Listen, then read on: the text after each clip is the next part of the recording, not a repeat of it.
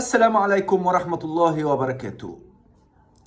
قصة الصفقات وقصة عبد الله السعيد واللي بيدور واللي دار خلال ال 48 ساعة اللي فاتوا دول، وكان أمر في منتهى الأهمية إن أنا أوضحه لكل المتابعين على قناة اليوتيوب بتاعتنا عشان يفهموا إيه اللي دار في قصة عبد الله السعيد، وكمان الصفقة المهمة جدا اللي أنا كنت بتمناها تبقى موجودة داخل نادي الزمالك في الفترة الأخيرة، وللأسف الشديد في طريقها لعدم الإتمام بسبب او بامر خارج اراده مجلس اداره نادي الزمالك. وكمان قصه المدير الفني، وهل هيبقى الاعلان عنه امتى والامور ايه. كل دي تفاصيل هنتكلم فيها دلوقتي معاكم، خاصه تفاصيل مهمة جدا. وكمان في قصة تاني لازم اقول لكم عليها، قصة سيف جعفر، وايه اللي حصل مع سيف جعفر، ورأيي الشخصي في عودة سيف جعفر بالنسبة لنادي الزمالك. وده برضو امر مهم جدا، لان انا شايف حاجات كتير بتتكتب على السوشيال ميديا وعلى الاعلام على خاصة بسيف جعفر،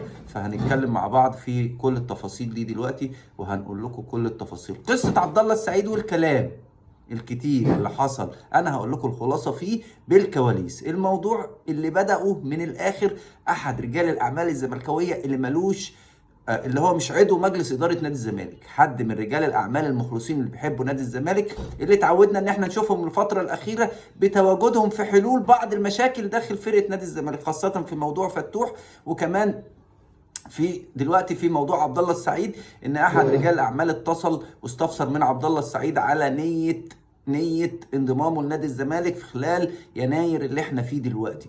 وبصراحة وبكل وضوح عبد الله السعيد رحب على الفور انه يختم مشواره مع الزمالك، وما حطش اي شروط خاصة بالموضوع او بالانتقال او بطلبات المادية. عبد الله السعيد وافق على الفور بكل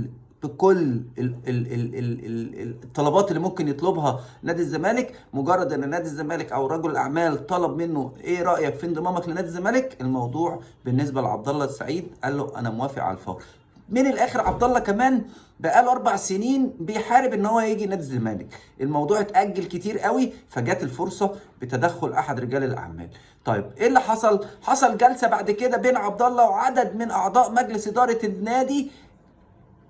في الجلسه دي رحب عبد الله السعيد بكل الاتفاقات مع نادي الزمالك وخلاص، والموضوع خلص بالنسبه لعبد الله السعيد، وهو كلعيب او كعبد الله السعيد الموضوع بالنسبه له انتهى ماديا بالنسبه للطلبات الماديه في نادي الزمالك. وانا قلت لكم من شويه ان ما كانش ليه اي طلبات ماديه ممكن تعيق انضمام الصفقه. كمان عبد الله السعيد عمل حاجه كويسه جدا وحاجه بصراحه يشكر عليها، ودي تبين ان عبد الله السعيد قد ايه متمسك بنادي الزمالك. عبد الله السعيد طلب انه يساعد في تخليص الموضوع مع بيراميدز، وقدم طلب لملاك النادي انه حابب يختم مشواره في الزمالك، خاصه ان عقده مع بيراميدز فاضل فيه 6 شهور، مش مده كبيره.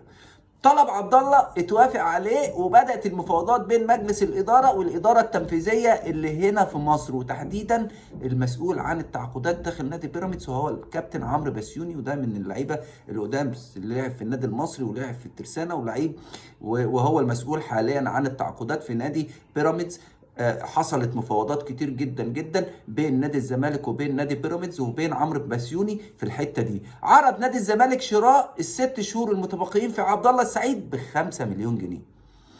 الاداره التنفيذيه لبيراميدز طلبت ال 18 مليون جنيه القديمه اللي باقيه في صفقه دونجا وعمر جابر، والزمالك طلب سيف جعفر مع عبد الله السعيد كمان، لان بعد ما الزمالك عرض شراء عبد الله السعيد ب5 مليون جنيه، نادي بيراميدز اعتقد ان هو كان موافق، دخل جديد في الموضوع. والموضوع على فكره بتاع سيف ده بقاله فتره مش قليله، فتره كبيره، وان في كلام حصل ما بين سيف جعفر واعضاء مجلس اداره او مسؤولي نادي الزمالك او مجلس اداره نادي الزمالك، وسيف جعفر تنازل عن كل المستحقات اللي ليه داخل نادي بيراميدز، وطلب ان هو يرد كل المبالغ اللي حصل عليها من نادي بيراميدز ويجي ويرجع تاني نادي الزمالك. خلينا نتكلم في موضوع عبد الله. الاداره التنفيذيه هنا بعد ما طلب نادي الزمالك سيف جعفر، لان انا لسه هتكلم لكم برضو في موضوع سيف وهوضح لكم الصوره كامله ووجهه نظري الشخصيه. الاداره التنفيذيه لبيراميدز طلبت الفلوس كامله بتاعه ال 18 مليون جنيه، وطلبت في صفقه رمضان صفقه عبد الله السعيد وسيف جعفر 13 مليون جنيه، وكان ليهم 18 مليون جنيه، كده 31 مليون جنيه يعتبر مطلوبين من نادي الزمالك. نادي الزمالك وافق ان هو يدفع ال 13 مليون جنيه لان سيف جعفر هيسدد جزء من الفلوس اللي عليه، وكمان عبد الله السعيد متنازل عن ارقام كبيره جدا موجوده في نادي بيراميدز، وتساوى الموضوع، والموضوع خلاص شبه ان هو بيخلص. انما ال 18 مليون القديمه بتوع عمر جابر ودونجا دول هيتجدولوا مع نادي الزمالك في خلال الفتره اللي جايه، اللي بيه صفقه عبد الله السعيد وصفقه سيف جعفر في طريقها للانتهاء. عبد الله مضى عبد الله شبه خلص الموضوع مع نادي بيراميدز خلاص رسميا. سيف جعفر، نيجي لسيف جعفر، وانا من وجهة نظري الشخصيه وانا متعاطف جدا، او ببقى متعاطف جدا مع اولاد النادي، على الرغم ان في ناس كتير جدا اتكلمت في الموضوع ده وقالت لا سيف ساب النادي في وقت صعب. سيف، خدوا بالكم، في وقت من الاوقات كنت انا متولي مسؤوليه النادي المصري، كان في فرح اللاعب مروان حمدي وكلنا حضرناه، وكان موجود فيه سيف جعفر وأوباما وعدد كبير جدا من لاعبي نادي الزمالك حضروا مع مروان، بما ان مروان لعب في نادي الزمالك كانوا معزومين في الفرح، وانا قابلت سيف جعفر في الفتره دي. كان لسه في كلام كتير جدا خاص بموضوع انتقال سيف جعفر لنادي بيراميدز، وان كان اعلن رسميا ان نادي بيراميدز تعاقد مع سيف جعفر. سالته بكل وضوح ايه يا سيف اللي حصل؟ قال لي يا كابتن انا قعدت كتير جدا مع الناس مره واثنين وثلاثه، وان انا اطلبهم في التليفون، وان انا حابب ان انا ابقى موجود في النادي، وان انا مش عايز امشي، وان كلام كتير من هذا القبيل دار في موضوع سيف جعفر بيني وبينه، وطلب مني اتدخل. واوباما بصراحه قال لك كابتن طارق ما تحرجش نفسك، لان الموضوع خلصان وسيف مخلص، ونادي بيراميدز مش هيسيب سيف جعفر دلوقتي. انما بعد ما سيف راح وما لعبش وفي فرصه ان هو يرجع بيته تاني، لان خدوا بالكم نادي بيراميدز عنده سكواد قوي جدا جدا، وعنده لعيبه كتير قوي بيعرف يستغلها. في نادي الزمالك محتاج موهبه زي سيف، ان غلط، انما يا جماعه اولادنا ما نذبحهمش، ولادنا ينفع يرجعوا. يعني نفس المثال قلته فتوح، لما فتوح غلط قلت فتوح غلط، فتوح لازم يتعاقب، فتوح لازم يتعاقب، انما نسيبه يمشي لا. هنا في فرصه ان احنا نرجعه. وخدوا بالكم في معلومه حلوه يعني انا بقولها لكم على مسؤوليتي انا الشخصيه، ان سيف جعفر نادي الزمالك مش هيدفع له جنيه قولا واحدا. ده كلام احد مسؤولي نادي الزمالك ليا انا شخصيا. سيف جعفر مش هيدفع فيه جنيه من نادي الزمالك. عايز تيجي خلص نفسك من نادي بيراميدز، شوف انت عليك ايه وليك ايه وخلص الموضوع من الاخر. والكلام ده اعتقد ان هو حصل، لان نادي الزمالك ما عندوش ان هو استعداد ان هو يدفع من جيبه فلوس للعيب اوريدي عقده مستمر مع نادي بيراميدز، خاصه كمان ان هو اللي سايب النادي. والفلوس اللي هي هتدفع من الفرق، لان انا قلت لكم في 13 مليون جنيه 5 عبد الله وهتبقى 7 سيف، اكيد 100% هتتخصم من الفلوس اللي خدها سيف جعفر من نادي بيراميدز. يبقى هنا اللي دافع الفلوس مين؟ هو سيف جعفر مش نادي الزمالك. يبقى هنا لعيب جاي لك فري، ابنك كان متربي في النادي، ابن من ابناء النادي، ابن نجم من نجوم الكوره في نادي الزمالك، وابن كابتن فاروق جعفر. وخلينا نتفق على ان الكابتن فاروق جعفر كاسم او ككوره لا، هو من افضل اللعيبه اللي جت في تاريخ النادي. انا بتكلم كوره، ماليش دعوه بعلاقاته الشخصيه بالنادي دلوقتي بكلامه اللي بيطلع يتصرح بيه، انما هو كنجم هو ابن من ابناء نادي الزمالك. سيف ابن من ابناء نادي الزمالك، سيف لعيب كويس يقدر يضيف لنادي الزمالك. بس هنا بقى النقطه المهمه جدا على سيف، مهم جدا ان سيف جعفر نفسه لازم يشتغل على نفسه الفتره الجايه، ويبين ان هو يستحق ان هو او كان في غلط ان هو يتساب، ولازم يقاتل ان هو يشيل اسم نادي الزمالك ويساعد في رجوع البطولات تاني، زيه زي عبد الله السعيد، زي اي لعيب هينضم في الفتره القادمه داخل نادي الزمالك. وده من وجهه نظري الشخصيه، انا ما بقولش حاجه او مش عايز اقول حاجه خاصه باي حد ممكن يكون اي كلام وخلاص، لا انا بتكلم على سيف جعفر. هنا سيف عليك مسؤوليه كبيره، ان انت لازم ترجع ولازم تموت نفسك ولازم تشتغل على نفسك ولازم تقاتل. نادي الزمالك محتاجك تقاتل. لعبت ما لعبتش مش مشكله، مفيش حاجه اسمها شرط ان انا العب، برضو دي نقطة مهمة جدا. خدت دقيقة، خدت 10، خدت شوط، خدت ماتش من أوله، لازم تموت نفسك. ودي رسالة ببعتها لسيف، وأكيد 100% هيحصل بيني وبينه اتصال في الفترة الجاية، وهقول له نفس الكلام ده بيني وبينه. بس أنا بوضح صورة أنا لطارق السيد عشان الناس اللي بتتابعني، عشان تبقى فاهمة أنا بتكلم في إيه وبقول إيه على سيف، عشان سيف ابن من أبناء نادي الزمالك. كده عبد الله السعيد وسيف موضوعهم شبه خلصان، والموضوع منتهي. في صفقة تاني أنا كنت بتمنى أمنية شخصية إن نادي الزمالك يخلصها بأي شكل.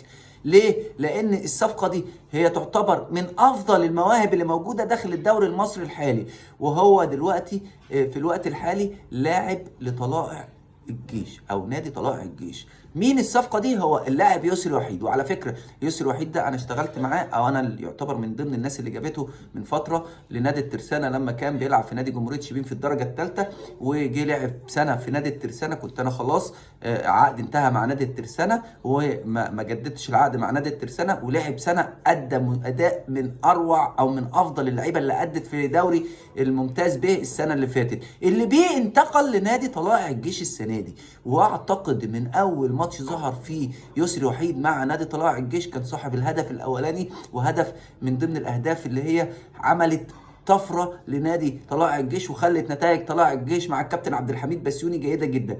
اللي بيه نادي طلائع الجيش متمسك بشكل كبير جدا جدا باللاعب يسري وحيد. وكمان عشان تبقوا فاهمين، الطلبات اللي اتطلبت من نادي الزمالك من نادي الطلائع طلبات ماديه عاليه شويه، ممكن تكون في الوقت الحالي نادي الزمالك ما يقدرش ان هو ينفذها لنادي طلائع الجيش، خاصه ان نادي الزمالك بيمر بازمه ماليه ومطالب ان هو يعمل صفقات كتير، فبيحاول يشوف الاولويات المهمه قوي اللي يقدر ينفذها في الفتره دي. طيب يعني يسري وحيد مش جاي لحد وقتنا هذا، صفقه يسري وحيد واقفه. ممكن يحصل فيه جديد في الفتره الجايه، ممكن، اتمنى، لان الولد ده انا بثق فيه ثقه عمياء، وبقول عليه ان هو هيبقى من المواهب اللي جايه في الدوري المصري بشكل كبير جدا. وممكن لو لعب في نادي كبير زي نادي الزمالك، طبعا مع كل التقدير والاحترام لنادي طلائع الجيش الاسم الكبير اللي بقى في الدوري، ليه اسم وليه شكل مع الكابتن عبد الحميد بسيوني. انا حاسس بخطوره في الموضوع ده من وجهه نظري الشخصيه، ان عدم تخليص الصفقه دي في الوقت ده هيزود على نادي الزمالك في الصيف بشكل كبير جدا. طب ليه بتقول الكلام ده يا كابتن طارق؟ بقول الكلام ده لان نادي الزمالك، او انا متوقع ان يسري وحيد بناء على ان السبوت اتحط عليه الناس هتركز عليه وهتشوفه، لان ما كانش في حد شايفه. على فكره يسري وحيد مترشح لنادي الزمالك من قبل الانتخابات بتاع مجلس اداره، يعني من حوالي شهرين وشويه، وكان في كلام ان ممكن الموضوع يخلص، بس لما كان موقوف القيد ما كانش ينفع، او ما كانش حد عارف يتكلم غير في فك القيد في الفتره اللي فاتت، والامور اللي كانت كتير قوي ماديه على نادي الزمالك. طيب هيتبص عليه وهيتحط عليه سبوت، هيتحط عليه سبوت، هيتشاف. ممكن سعره يغلى تاني او يزيد تاني في الفترة اللي جاية، متاح جدا جدا جدا. ممكن اندية تخش تنافسك فيه، برضه متاح جدا جدا جدا في الفترة اللي جاية ان يبقى في اندية بتنافس على وجود يسري وحيد عندها في الفترة اللي جاية. اللي بيه سعر يسري وحيد النهارده لو 20 مليون، ممكن السنة الجاية يبقى ب 30 مليون، ممكن في الصيف يبقى ب 30، ممكن يبقى اكتر من كده كمان. عشان كده دي الخطورة اللي موجودة في الموهبة اللي كنت اتمناها تبقى موجودة داخل نادي الزمالك في الفترة دي. واتمنى ان الكلام ده باذن الله ما يحصلش، ويكون نادي الزمالك متفق مع نادي طلائع الجيش او نادي الطلائع ان الموضوع ده يخلص في الفترة اللي جاية باتفاق مادي.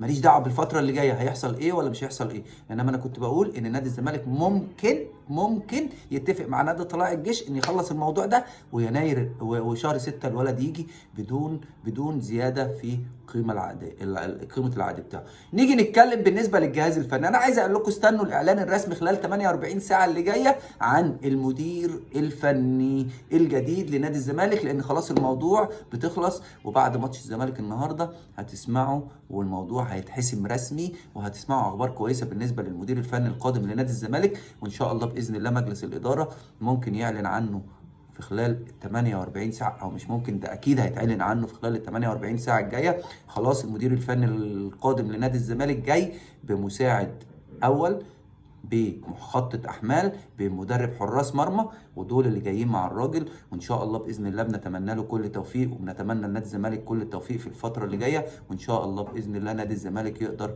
ينافس على كل البطولات اللي بيلعب فيها في الفتره القادمه. من هنا الفيديو بتاعنا بيخلص. كل التحيه ليكم وكل الشكر ليكم، والسلام عليكم ورحمه الله وبركاته.